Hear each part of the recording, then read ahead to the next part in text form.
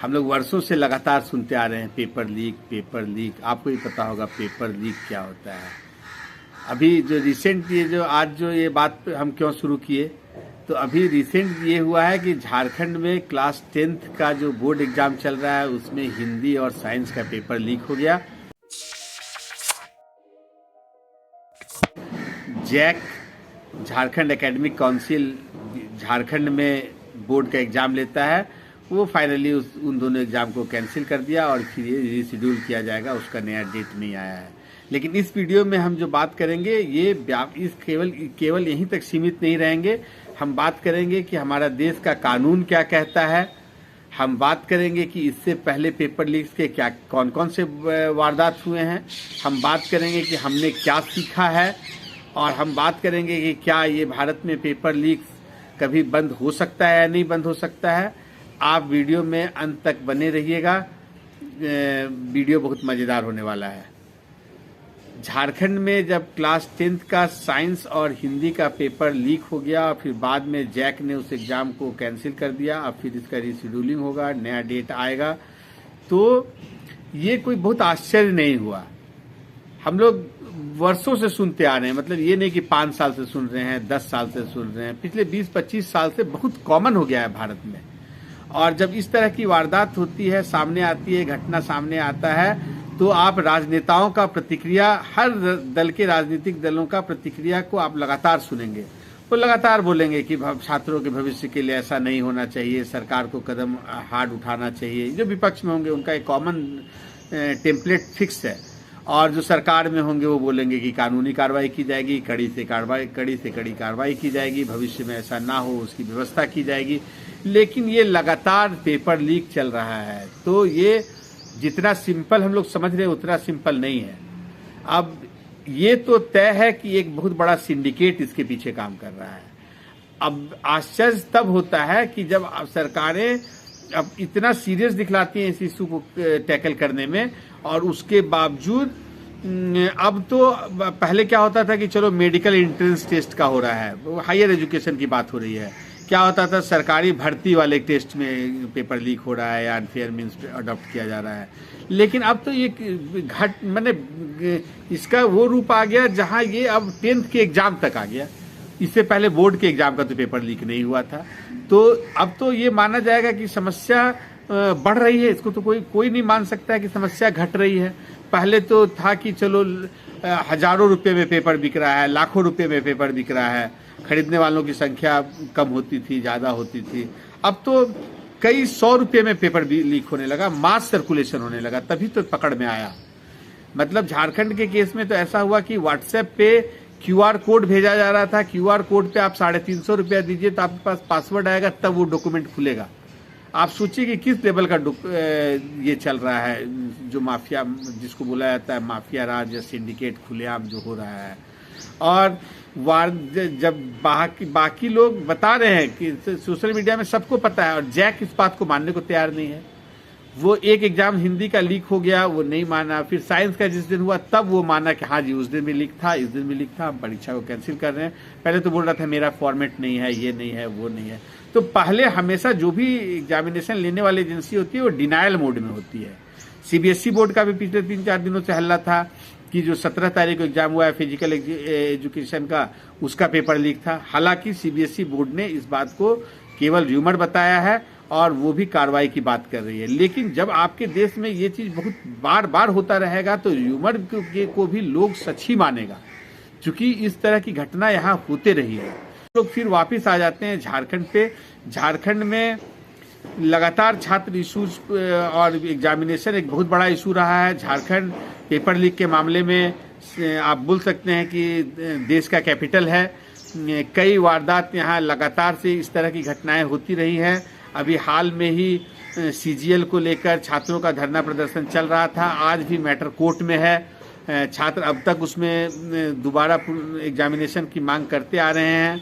और अभी भी जो सामने मुद्दा आया, इसमें कहीं ना कहीं JLKM के नेता देवेंद्र नाथ महतो जो है सबसे पहले विसल ब्लोअर का काम किए, और उसके बाद ही कहीं ना कहीं जैक इस पर नज़र रखा और लास्ट में इस एग्ज़ाम को कैंसिल किया। हालांकि JLKM ने पूरा राज्यव्यापी आंदोलन का भी धमकी दिया था। उन्होंने स्टेट बंद करने का भी कॉल किया था कि अगर इस एग्जाम को कैंसिल नहीं किया जाएगा तो उस लेवल पर आंदोलन किया जाएगा।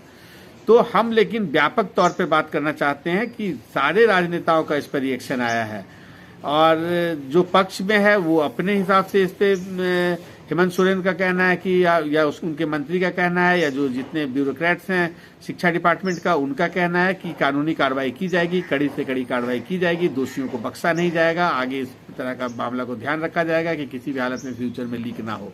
विपक्ष जो है उसका अपना टेम्पलेट है कि भाई ये छात्रों के भविष्य के साथ खिलवाड़ है, ये सरकार मिली हुई है, सरकार के लोग इसमें इन्वॉल्व हैं, तो कार्रवाई में देरी हो रही है। तो ये लगातार आरोप प्रत्यारोप का चीज मानकर हम लोग सिंपल मान लेते हैं कि राजनेता सीरियस हैं, लेकिन जब तक मैं मानता हूं कि जब तक इच्छा शक्ति नहीं होगी ये पेपर लीक और परीक्षा में जो अनफेयर मीन्स है उसको दूर नहीं किया जा सकता है।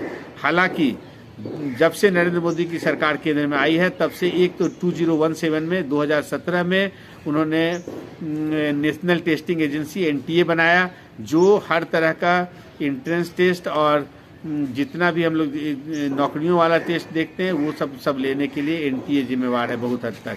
यूनिवर्सिटी में चाहे आपका दाखिला वाला मामला हो, मेडिकल का नीट का एग्जाम हो, सब आपका उसी एजेंसी के थ्रू होगा। और उसके अलावा 2024 मतलब लास्ट ईयर नरेंद्र मोदी सरकार ने एक बहुत कड़ा लॉ लाया है, एंटी पेपर लीक लॉ इसको बोल सकते हैं। तो ये एग्जाम में जो भी अनफेयर मीन्स है उसके लिए लाया गया है, बहुत कड़ा कानून है। इसके अंतर्गत 1 करोड़ रुपए का आपको फाइन लग सकता है या 10 साल तक की आपको सजा हो सकती है। तो क्या झारखंड में जो ये पेपर लीक का मामला अभी जो सामने आया है उसमें उस लॉ को लगाया गया? मैं मानता हूँ शायद नहीं लगाया है, मुझे नहीं लग रहा है कि लगाया गया होगा। या अब एक साल हो गया कानून बने हुए, तो उसके बाद कितना मामला हुआ, कितने मामले में उस कानून को लगाया गया? तो कानून बनना एक चीज है और उस कानून का इम्प्लीमेंटेशन दूसरा चीज है। तो कहीं ना कहीं जो जिस सिंडिकेट की हम लोग बात कर रहे हैं उसके मन में तो डर नहीं है, चूंकि अब जो है एग्जाम मतलब पेपर लीक का मामला क्लास 10th तक आ गया। तो आप समझिए कि कानून से तो डरने वाली बात ऐसा लगता है कि इस देश में है ही नहीं। और छात्रों के भविष्य के साथ क्या हो रहा है, बार बार पुनरावृत्ति हो रही है इन सब चीज़ों की। अब हम पीछे की बात करें तो व्यापम से हमने क्या सीखा? व्यापम आप सबको पता होगा कि 1990 से लेके 2013 तक व्यापम चला, इतना लंबा कार्यकाल था। और जब व्यापम घोटाला सामने आया तो उसके बाद इसमें राजनेता से लेके ब्यूरोक्रेट से लेके कई बिजनेसमैन से लेके सबका इन्वॉल्वमेंट और नेक्सस पाया गया और वर्षों तक चलता रहा।